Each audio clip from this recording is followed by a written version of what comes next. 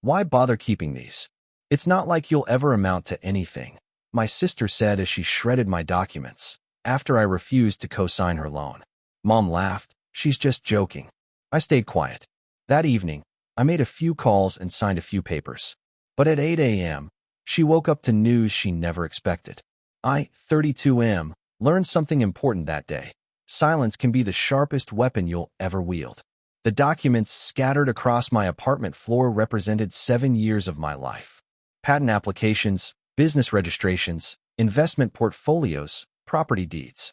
My sister stood over them with my paper shredder in her hands, feeding page after page into the machine with theatrical flair.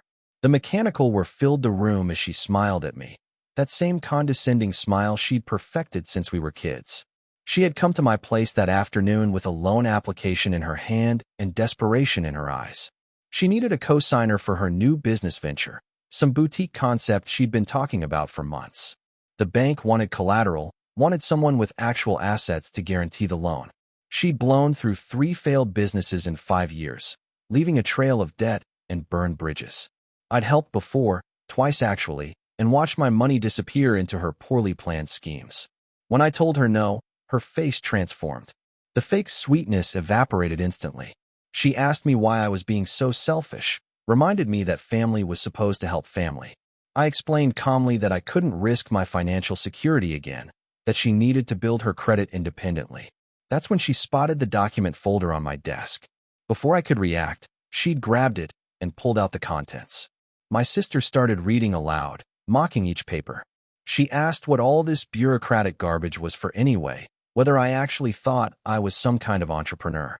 Then she picked up my shredder from the corner where I kept it and plugged it in. I told her to put the documents down. She ignored me completely. The first pages went through before I could cross the room. Patent pending notifications for the software algorithms I'd developed. She laughed as they turned to confetti, said something about how I was always pretending to be smarter than everyone else.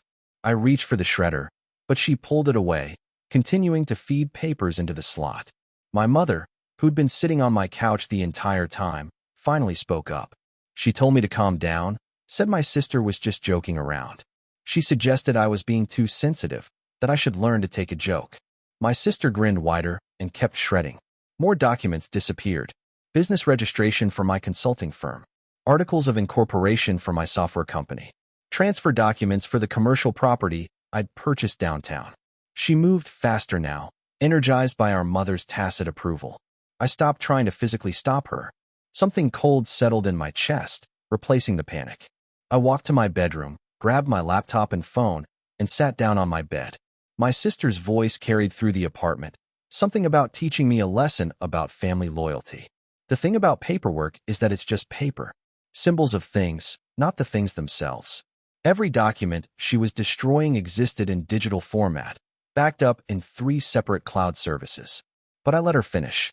I let her shred every single page in that folder while I made copies of copies, sent emails, and opened my contact list. When the folder was empty, she unplugged the shredder and dropped it on the floor. She told me maybe next time I'd remember what mattered, that blood was thicker than water, and I should get my priorities straight. Our mother nodded along, adding that I'd always been too focused on money instead of family. They left together, my sister's arm linked through our mother's, both laughing about something. I heard the door close and sat in the silence for a moment. Then I got to work. My first call went to my lawyer. I explained what happened and asked him to expedite something we'd been discussing for months. He said he could have everything ready by tomorrow morning if I was certain. I told him I'd never been more certain of anything. The second call went to my business partner. We'd been planning our expansion carefully, waiting for the right moment. I told him the right moment was now. He asked if I was sure about the timing. I said I was absolutely sure. Third call was to my real estate agent. That commercial property downtown, the one my sister had just shredded the deed for, had attracted multiple interested buyers. I'd been holding on to it, thinking about converting it for my own use. I told her to accept the highest offer, with one specific condition about the current tenant situation. The fourth call took longest. My accountant walked me through several scenarios. We'd been structuring my holdings carefully, keeping things separate for tax purposes. Now I wanted to consolidate some things and create clear legal boundaries around others. She understood immediately what I was doing and why. I made 7 more calls that evening. Each one was brief, professional, and final. Around midnight, I drafted an email. It took 3 attempts to get the tone right. Formal but not cold, clear but not cruel. I scheduled it to send at 7 in the morning. Then I did something I rarely do. I opened a bottle of expensive scotch I'd been saving and poured myself 2 fingers. I sat on my balcony and looked out at the city lights, thinking about family and loyalty and the difference between being kind and being a doormat. My phone buzzed constantly with confirmations. Signatures processed. Documents filed. Transfers initiated. By 3 in the morning, everything was in motion, a carefully orchestrated sequence of legal and financial dominoes I'd spent years positioning. I finally went to bed around 4, setting my alarm for 7:30. I wanted to be awake when everything landed. The buzzing of my phone woke me at 7:45. 15 missed calls from my sister. 23 text messages. I made coffee first, slow and deliberate, grinding the beans by hand and using my French press. While the coffee steeped, I checked the news. The local business section had picked it up already. A short article about a significant property sale downtown, including quotes from the buyer about their plans for immediate renovations. The current tenant, my sister's boutique that I'd been letting her operate rent-free for the past 8 months, would need to vacate within 30 days as per the building code requirements for the planned structural work. My email had sent on schedule. It was addressed to my sister and our mother, with my lawyer and accountant CC'd for documentation purposes. In it, I outlined several facts they seemed to have forgotten. The boutique space they thought she was renting from some corporate landlord was actually mine. I'd purchased the building 2 years ago as an investment and had been absorbing the costs while she got her business established. No more. The car she drove, registered in my name because her credit couldn't secure the loan, would need to be returned by the end of the week. The insurance policy would be canceled accordingly. The family cabin upstate, the one our parents had signed over to me for tax purposes 5 years ago, would no longer be available for her use. I was putting it on the market. Most significantly, the trust fund our grandmother had established, which I'd been managing as executor, would be restructured according to the actual terms she'd written. Our mother had convinced our grandmother years ago to make me the trustee with full discretionary power. She'd assumed that meant I'd just hand everything over on demand. The actual legal language was much more specific about distributions being contingent on demonstrated financial responsibility. I'd been lenient, distributing funds whenever asked, treating it like a family resource. That ended today. From now on, the trust would operate exactly as our grandmother had intended, with strict accountability and merit-based distributions. The email was clinical, factual, and completely legal. I thanked them for helping me see that I needed to establish clearer boundaries. I noted that all decisions were final and had been filed with the appropriate authorities. I suggested they consult their own legal counsel if they had questions about any of the specifics. My phone rang again. My sister this time. I let it go to voicemail, putting the phone on silent while I ate breakfast. Scrambled eggs, toast, fresh fruit. I took my time. The voicemail notification appeared. I ignored it and opened my laptop instead, checking that all the overnight transactions had processed correctly. Everything was in order. Update 1. The messages kept coming throughout the morning. My sister demanded I call her immediately, said I was destroying her life over a joke. My mother called me ungrateful, reminded me of everything she'd sacrificed raising me. Several other family members started weighing in, people I hadn't heard from in years suddenly very concerned about my decisions. I responded to none of them. Around noon, my lawyer called to confirm that my sister had shown up at his office demanding to speak with me. He'd politely informed her that all communications needed to go through official channels and that he couldn't discuss client matters. She'd apparently caused quite a scene before building security escorted her out. My business partner called after lunch, excited about the expansion plans we'd fast-tracked. The capital from the property sale had cleared, and we could now move forward with opening offices in 2 new cities. He asked if everything was okay on my end. I told him everything was exactly as it should be. By evening, my mother showed up at my apartment. I watched through the security camera as she pressed the buzzer repeatedly. I didn't answer. She stood there for 20 minutes, eventually leaving something taped to my door. After she left, I retrieved it. A handwritten letter, 3 pages of guilting, manipulation, and threats. She wrote about what my grandmother would think, about how I was tearing the family apart, about my obligations. I photographed it, sent it to my lawyer for documentation, and threw the original away. The second day brought lawyers. My sister had apparently consulted someone who'd sent a formal letter demanding I reverse the property sale and restore the trust distributions. My lawyer responded with a comprehensive breakdown of why every action I'd taken was not only legal, but had been carefully planned within my rights. He included copies of the trust documents, highlighting the relevant passages our grandmother had written. Apparently, our grandmother had known exactly what she was doing. The trust language explicitly stated that I had sole authority to determine distributions based on the beneficiary's financial responsibility and life choices.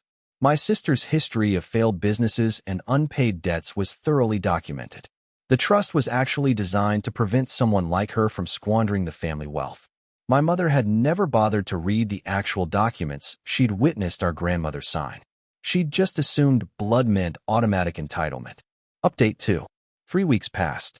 The property sale completed, and my sister's boutique received official eviction papers.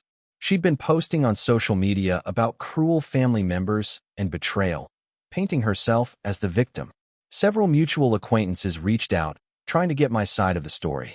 I thanked them for their concern and said I preferred to keep family matters private. Meanwhile, my business was thriving. The expansion moved forward smoothly, and the commercial property sale had given us the capital to acquire 2 smaller competitors, consolidating our market position. The software patents I'd filed were progressing through approval, representing innovations that industry analysts were already calling game-changing. All those documents my sister had shredded existed in multiple secure locations. The physical copies were largely symbolic, except for one thing. They'd shown me exactly how my family viewed my accomplishments. My mother made one final attempt at reconciliation.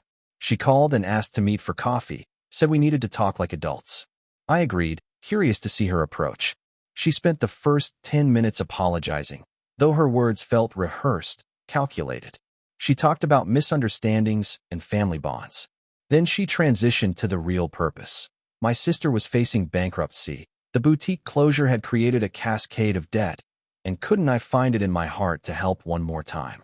I asked her if she remembered what happened in my apartment that day. She waved it off, said my sister had been under stress, that I was blowing things out of proportion. Just some papers, she said. Replaceable. I explained that they were replaceable, that I'd replace them within hours. But what wasn't replaceable was respect. What couldn't be restored was trust. I'd spent years being the responsible one, the reliable one, the one who sacrificed so others could play. And when I'd set a simple boundary, the response had been destruction and mockery. She argued that family meant forgiveness. I agreed, but noted that forgiveness didn't require me to continue enabling destructive behavior. I'd forgiven them already. I simply wouldn't be participating in their chaos anymore. She called me cold, said success had changed me, made me forget where I came from. I finished my coffee and stood to leave. Before I walked away, I mentioned one last thing. Our grandmother had included a letter with the trust documents, sealed, and to be opened only by me. I'd opened it the day after the shredding incident. In it, she'd written that she knew how the family worked, knew who would be responsible and who would take advantage. She'd structured everything specifically to protect her legacy from being squandered. She'd seen this coming decades ago. The letter ended with a line I'd memorized. Take care of yourself first, because they won't. And don't mistake their need for your love. I left my mother sitting in the coffee shop. Update 3. 2 months later, I ran into my sister at a mutual friend's wedding. She was waitressing at the event, picking up whatever work she could find. We made eye contact across the room. She looked away first. During the reception, she approached me during a quiet moment. She said she wanted to apologize, really apologize. The kind of apology that wasn't looking for anything in return. She admitted she'd never taken me seriously, had always seen me as the boring, predictable sibling who played it safe. She'd resented my stability because it highlighted her chaos. When I'd refused the co-signing, it had felt like rejection, and she'd lashed out in the cruelest way she could think of. She hadn't expected consequences. I asked her what she'd expected. She said honestly, she'd expected me to just take it, like I always had. To absorb the damage and move on because that's what I did. I was the one who kept the peace, who made things easier for everyone else. I told her that version of me was gone. The person who set himself on fire to keep others warm had finally learned to say no. The shredder incident hadn't created this change. It had simply made the decision easier.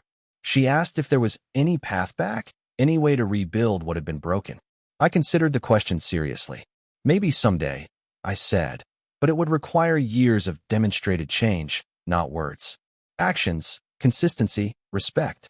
And it would never look like it did before, because I would never be that person again. She nodded, tears in her eyes, and walked away. My mother hasn't spoken to me since the coffee shop meeting. Various relatives have taken sides, creating the kind of family drama that used to keep me up at night trying to fix. Now I sleep fine. The business continues growing. The patents came through, and we're in negotiations with 3 major tech companies interested in licensing the algorithms. The kid who was told he'd never amount to anything built something that actually mattered. I think about that afternoon sometimes, watching my sister feed those documents into the shredder while my mother laughed. The panic I'd felt, the humiliation, the anger, all of it had crystallized into something else, clarity.